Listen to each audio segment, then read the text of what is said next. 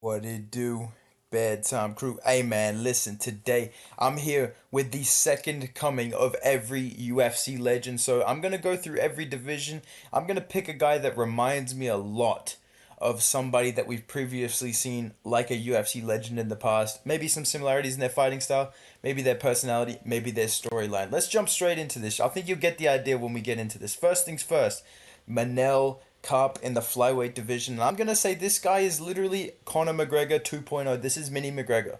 Okay? He talks a lot of shit. He's a very flashy and exciting fighter. He is a short little dude. He's pretty based as well. Okay, he has his moments. He's pretty based. And no one gonna do anything, you know why? All your teammates is a bunch of... Did you mean to say it like that? Mate, shut the fuck up. Manel Cap, what a chad this guy is. Completely based, okay? And just reminds me a lot with his personality. Alright, yeah. Shut the fuck mouth. Sit down. Your things is with Strickler. Sit the fuck down. Your mouth, you'll do nothing. You'll do fucking nothing. Not one of you will do nothing. Get the fuck out of here.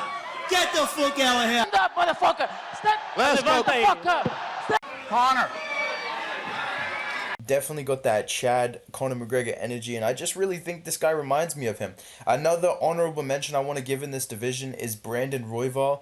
Brandon Royval is literally like a mini Nate Diaz, except like he talks a little bit better. He doesn't come out and just like if they fought each other, we wouldn't get, the verbal exchanges of just like, Nate can only count to five. Nate, count to five with you if you can, and Nate Diaz. Yeah, nobody knows what the fuck a gazelle is. Straight up, fuck that. We wouldn't get that, but we would get a very exciting fight. So Manel Cup is Conor McGregor 2.0. That's my pick. All right, let's move to the Bantamweight division. I got Adrian Yanez. Now, this one's pretty obvious. This guy is literally Jorge Masvidal from fucking Strikeforce, dude, or fucking Bellator. This is literally mini Masvidal. He fights like Jorge Masvidal. He looks like Jorge Masvidal. And like, what else is there to say? This is literally Jorge Masvidal 2.0. He's not exactly a title contender. He's definitely an exciting fighter to watch. He's not as much of a shit talker, I would say. Probably not as good as young Masvidal, but maybe he has the potential to end up that good. But man, a young kind of Mexican, like a young kind of, South American boxer with some power, with a bit of swag as well, that likes to throw out some head kicks, talk a little bit of shit, dude.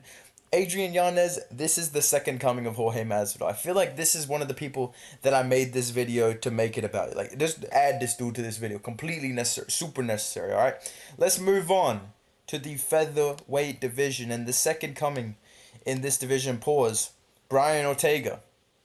Alright, you're probably wondering, who is he the second coming of? Fucking Royce Gracie? No. There's another man that this guy really reminds me of. And when I explain it, I think you might be a bit mad. But once I really, really give you the reasoning, I think you're going to get it, dude.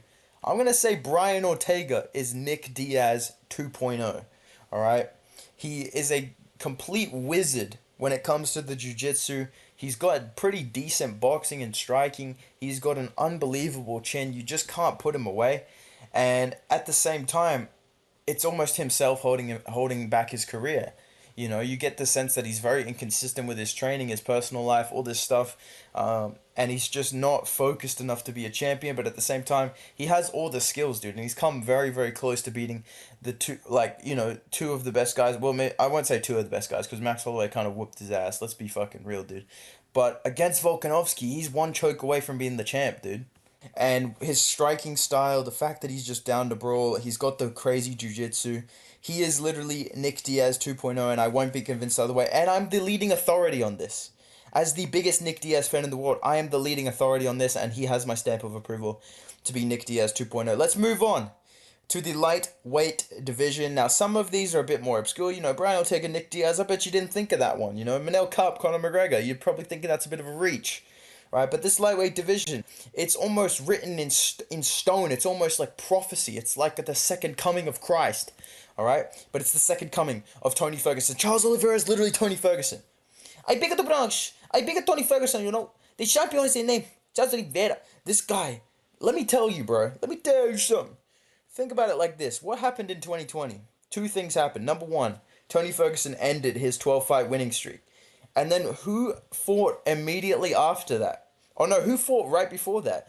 Charles Oliveira, and he submitted the GOAT Kevin Lee via CGI. I don't think he actually beat Kevin Lee. I'm pretty sure that was fake because there's no way Kevin Lee's losing to this fucking guy. But, you know, it is what it is. Charles Oliveira began his legendary run for the title the second that Tony Ferguson lost all of his powers. And I'm not saying that Tony Ferguson had a Space Jam situation where, you know, all his skills left his body and entered this blonde Brazilian Giga Chad. But I'm just saying, look into it. Like, the timeline adds up. Look into it. What do you do? You just haven't looked into it. And you look at the fact that this guy's just a marauder, like Joe Rogan would say, who walks people down, gets covered in blood, gets knocked down, and just drags you to the ground, taps you out, strangles you, and, you know, puts on his sunglasses and fucking celebrates. This is quite literally Tony Ferguson 2.0, and he's fighting Khabib 2.0 in Islam Makhachev. I remember hyping this fight up in my own kind of head, just being like, this is literally Khabib versus Tony. Like, this is the closest we're getting ever to Khabib versus Tony. So whenever we get to see Charles versus Islam, it's a big deal. It feels like they're two reincarnations fighting against each other, and it's very cool to see. So yeah, I love that Charles Oliveira was also super respectful to Tony. I love that they got to fight each other and he got to pass the torch to Charles. And yeah, dude, I feel like this is a great continuation of Tony's legacy. Charles Oliveira, the lightweight GOAT. All right, let's move on to the welterweight division, to a little bit more of a, I don't know, I feel like this one, I've seen this comparison made a lot, and I feel like it's pretty apt, especially nowadays. I'm going to say, in the welterweight division, Kevin Holland is Donald Cowboy Cerrone 2.0. He's not necessarily concerned about being a UFC champion. He is concerned about entertainment. He just lost to JDM. I don't know why that was a split. Can I just say that right now? I'm not making a video about UFC Noche, bro. I don't really care. But let me be clear. Kevin Holland did not win that fight. I hope that none of you guys thought that he won that. I don't want to be the one to burst your bubble, but that was like a 30-27 JDM win, dude. Kevin Holland landed basically nothing. But let me digress. Let me move on. Okay, I'm smart as fuck when I say stuff like that. But listen, bro. Kevin Holland shows up on short notice, will fight anyone, any weight class, any amount of rounds. Come there, put on a show, win, lose, or draw. And, you know, he's got a sneaky kind of ground game, submission game, similar to Donald Cowboy Cerrone. So I would think that Kevin Holland is like the new age cowboy. He's the new, you know, BMF that shows up. He's always ready to fight. You know, you call Big Mouth, that's the storyline, obviously. That's what he does. So I think this is a really cool to have a guy like this still in the UFC. Obviously, Donald Cerrone cut from a different cloth, but Kevin Holland is pretty similar. And I like fighters like Kevin Holland that make the sport fun, that make the sport exciting, that want to entertain the fans, that put the fans before themselves in their own career. That's cool to see. I genuinely respect that. Okay, let's move on to the middleweight division. Two guys that I love to do impressions of, that you guys love to request me doing impressions of on my live streams. All right. And their storylines have just continued. I've been thinking about this for a while, and it just completely clicked lately, dude. Alright? Here's the fucking thing, you guys. Sean Strickland's literally fucking Michael Bisping 2.0, dude. It's the fucking... Oh, my word. Oh, my word. You know, when I won the middleweight bout, oh, my word, look at this. These two are literally the same person, bro. Think about it like this, dude. What's Sean Strickland's probably biggest highlight before he wins the belt? It's getting chinned by fucking Alex Pereira. What's Michael Bisping's biggest highlight before he won the belt? Probably getting fucking murdered by Dan Henderson, right? He looks like a young Michael Bisping. He fights like... He's one of those fighters, just like Bisping, that a lot of people, including myself, were kind of like, is he really that good? Like, you know, he's kind of just tough. And, dude, he won the middleweight belt. He shocked the world. He did it on short notice. He's a great shit talker, you know.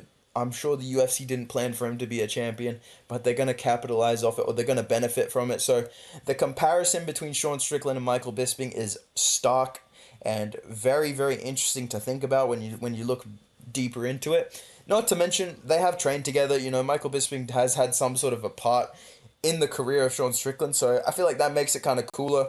And it's good to have underdog champions, you know, guys that are just fighting, you know, fighters. Like, this guy will fight anybody. He's a short notice guy as well. And he took this fight without hesitation, and he made the most of it. So, Sean Strickland is Michael Bisping 2.0, and I'm very happy for him, dude. All right, let's move on to the light heavyweight division, I've got a guy that I think that I kind of went a bit deeper on this one. Pause. On this kind of 2.0 storyline. This is Alex Pereira's live reaction to being in this video. Alex Pereira is Chuck Liddell 2.0. Okay? Now, obviously, it's easy to say, well, he's light heavyweight, he knocks people out, Chuck Liddell knocks people out. But you think about it like this, dude. He's a kickboxer first and foremost. Like, he wants to strike. He's got decent takedown defense.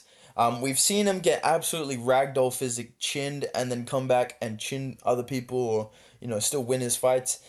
He could very well end up being a light heavyweight champion as well.